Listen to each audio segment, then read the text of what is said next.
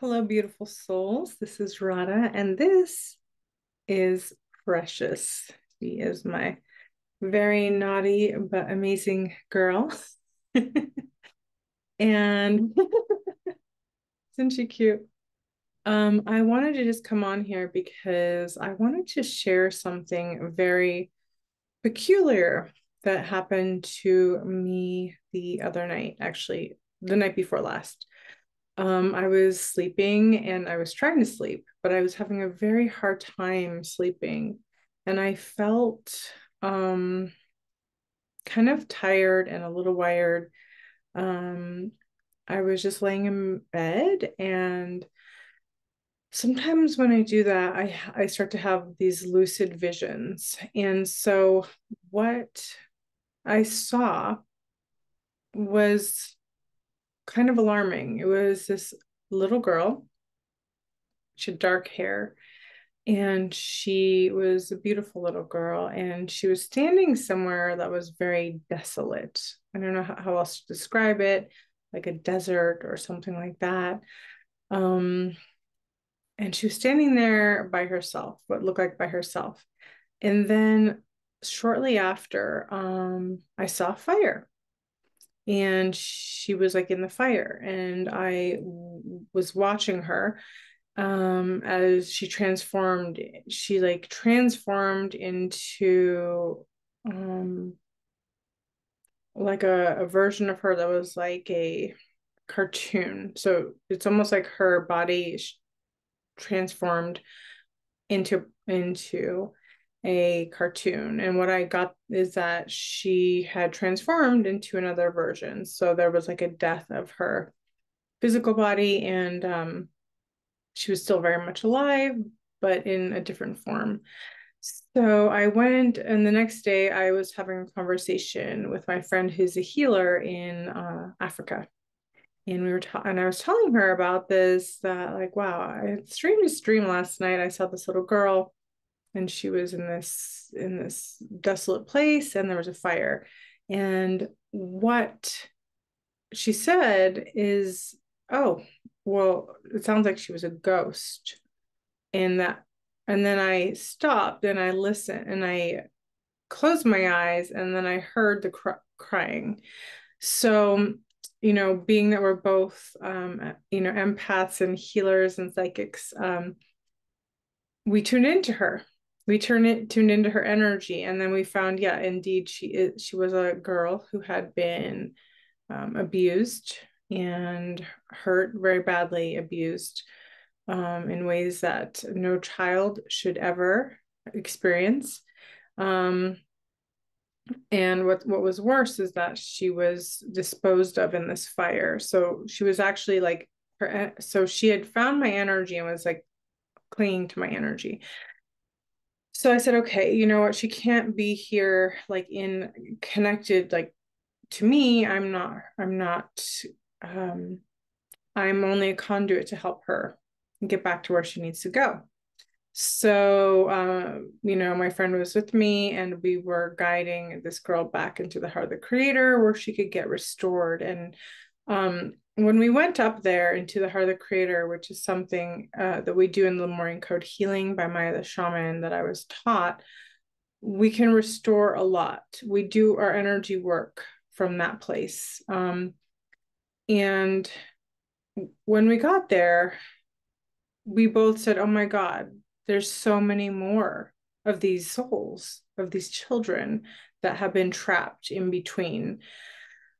And we were both a little horrified, but also totally game to help them out. So we were ushering them in, is how I'd call it, ushering them into the space of the heart of the creator. And in this space, we saw so many of them, and they were all traumatized, like severely traumatized. Anyone that says like this level of abuse isn't real, that it's a conspiracy theory, I'm so sorry, but that's not that's a conspiracy theory, that it's not real. So we were in shock to see that there was droves. It felt like hundreds of thousands of children and their souls, and they were fractured and they were damaged. And that's what happens when someone experiences abuse, is there's a fracturing, there's an actual damage that happens to the soul. The soul fractures and it splits apart, and a lot of people are walking around and acting normal, but they actually have fractures in their soul. So we gathered all their soul fragments and called them back, and we did this whole prayer and ritual to help with the creator, to help restore them back to their true blueprint, their blueprint. Because what happens is that sometimes souls get stuck in she wanted to jump down. They get stuck in between realms. Okay, that's not a cool place to be. It's a place to be, but it's not the best place to be. And that happens if someone dies very traumatically, if there's just many reasons. And I've asked this question many times, my friends, myself, because I am someone, along with my mother, who sees, you know, people who have passed away, but they haven't been able to transition or go anywhere. Like we've always seen, and I've always seen people like on the side of the road. I do a lot of cross country road trips, and I love to do that because I'm always, you know, we're working on the land, regridding, bringing light to different places. And so I always say, Starseeds, we have the most unusual jobs. We won't put it in our title, but that's what we do. And one of the jobs that I have is to help bring forward, you know, just bring more light codes and light grids to different areas. So I travel at least once or twice a year across the country, and that's the purpose of that. Okay, so getting back to the kids, they were in really bad shape and they needed support. So together we were like we were both on both sides of them energetically, and we were just infusing them with healing, like healing their heart chakra, bringing this emerald green into their heart, infusing and flushing them with this pillar, with the pillars of light, and calling forth back their soul fragments, because that was something that was compromised during their trauma. She's expressing that right now. It's amazing how dogs, like, they pick up on what you're saying if you're really connected with them. So that being said, we realized that they were finally at a place where they could get to the next level, because there are many levels that we go through. And you may have the same question that I have, and that is, why didn't Creator just pick these babies up?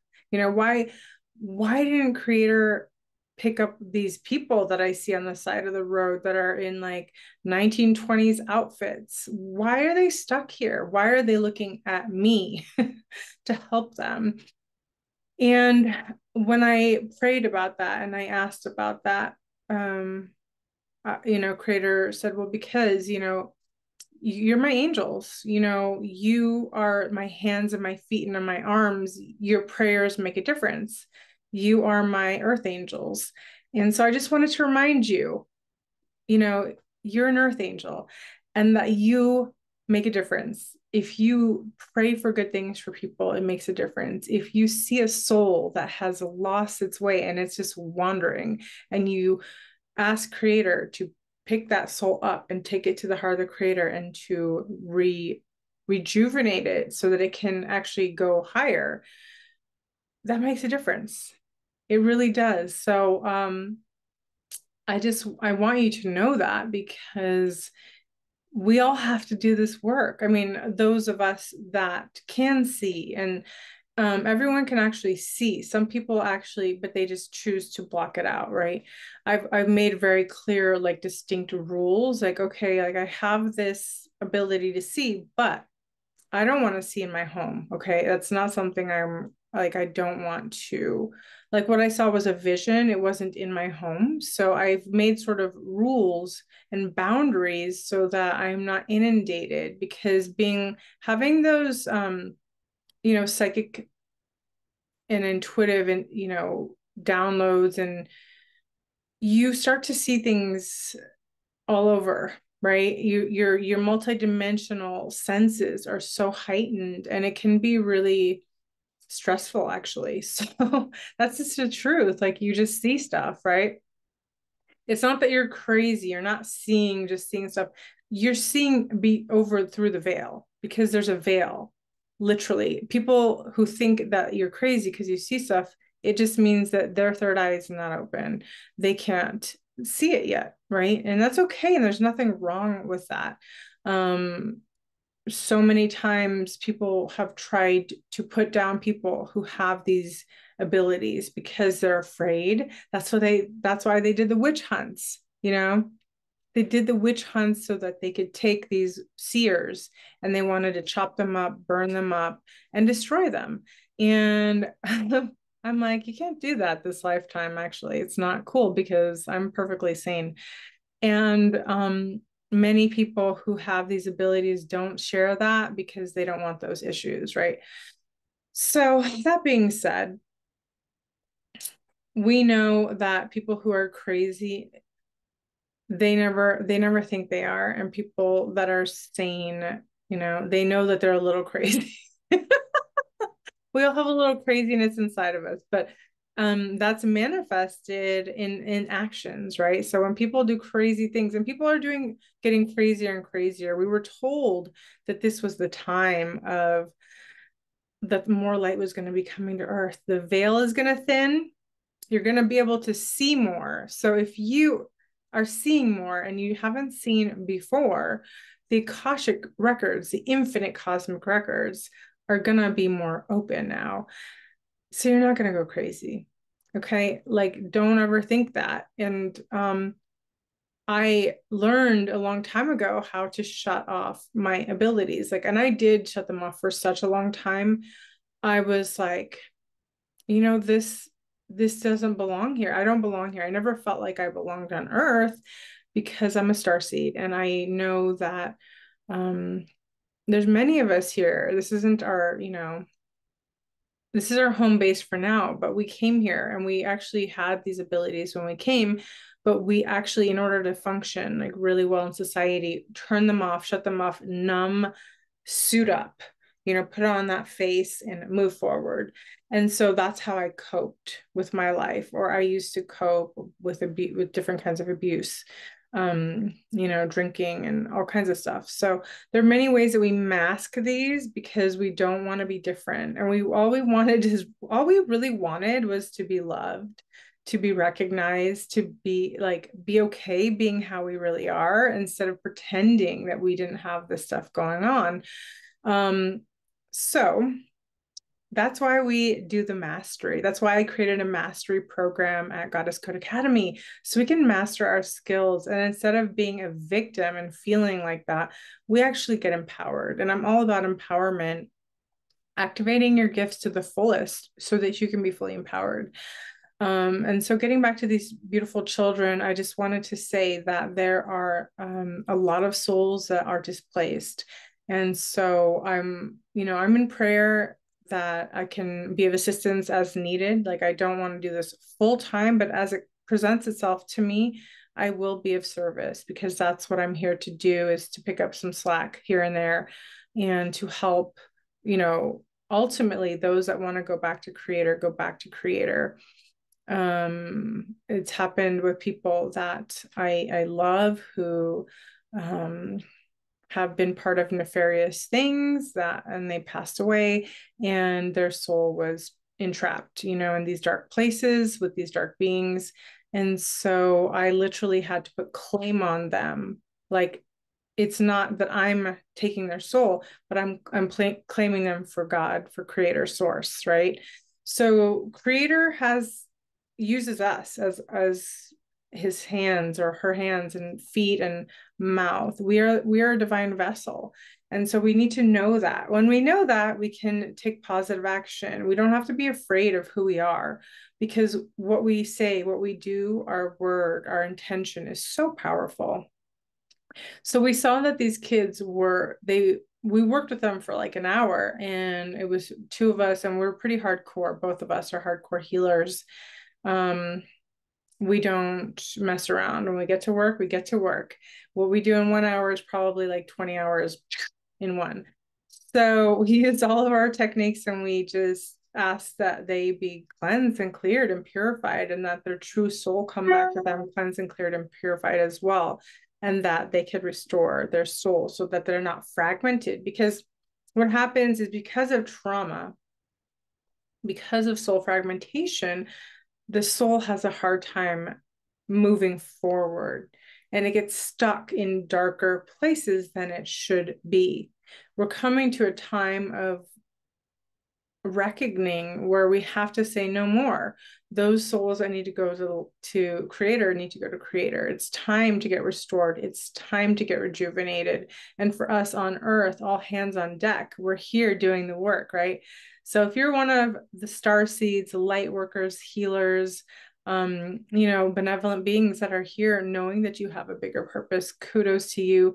High five, because I know what it's like to be here and to be doing all this extra curricular work. When people ask me, what are you up to? Well, we're curating books. We have multi-published authors from all over the world that we're working with. We're curating, solo books. And in between time, I'm doing clearings for humanity and for the lost souls and for, whoever is needing that in the field that's coming to me. So yeah, it keeps me pretty busy. I would say I never get bored, even though I live in the middle of nowhere on top of the Appalachian Mountains, and literally never bored, never lonely, always have more to do. I always ask that creator just uses me to the max, as far as I want to be of service while I'm here. I want to do my soul mission, and I bet you feel the same way. So please know in your heart that if you are anywhere like me and you do a lot of this service, that all these blessings come back to you too, that you are blessed, that you're taken care of, and that we need your support and help, because it's not just one person. It's not just me. It's not just my friend in Africa. It's not just a few healers. We need all hands on deck. There's so much going on in this world, and we have to be courageous and brave enough to step up, step into our leadership. And being a leader doesn't mean I'm better than anyone. It just means that I say yes when something's presented to me that I know I need to step up for. That's it. That's all it is. It's not that I'm perfect. It's not that you have to be perfect. Being a divine leader and being a divine feminine leader just means that you show up and you do your very best and you give it your heart. I give my heart when I'm doing these. I really care. I want to see these children ascend. I want to see, and I told them, you know what, you've all been through so much horrific pain and suffering. Like you know what it's like.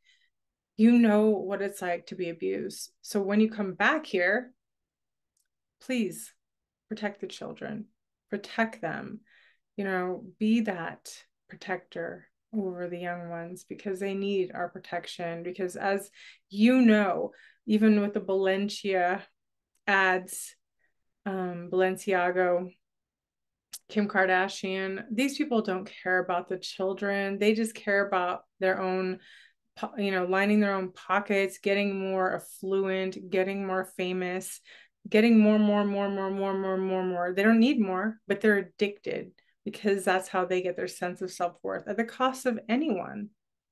And we have to say no. We're not going to support these people who are at the cost of anyone, including kids. If you have to have some clear moral boundaries here, you have to know what you stand for. And if you've been a little wishy-washy in the past, it's not too late to get back on the path and be like, hey, no, like these are the boundaries. Anytime a kid is endangered, no. Anytime an animal's endangered, no. We have to be the preservers of the divine. People have to stand up and say no. We can't just be like an ostrich and put our head under the sand. We're light warriors. Guess what? We are the ones we've been waiting for. We wanted good people in the world. Where are all the good people? Hey, be that good person.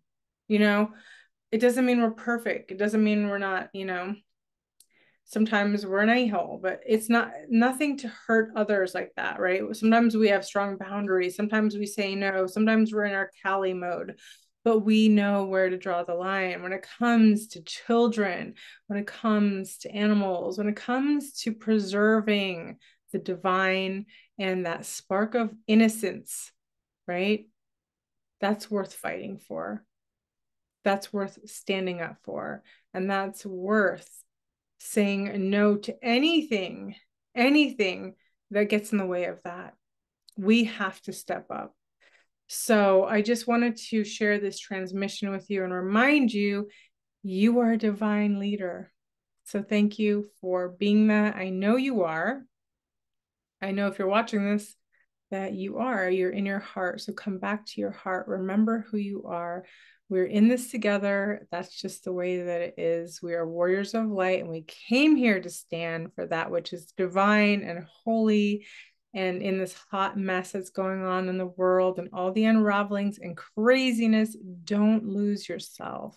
Remember who you are, and remember, stick to your values, stand your ground, stand your truth, because you are powerful.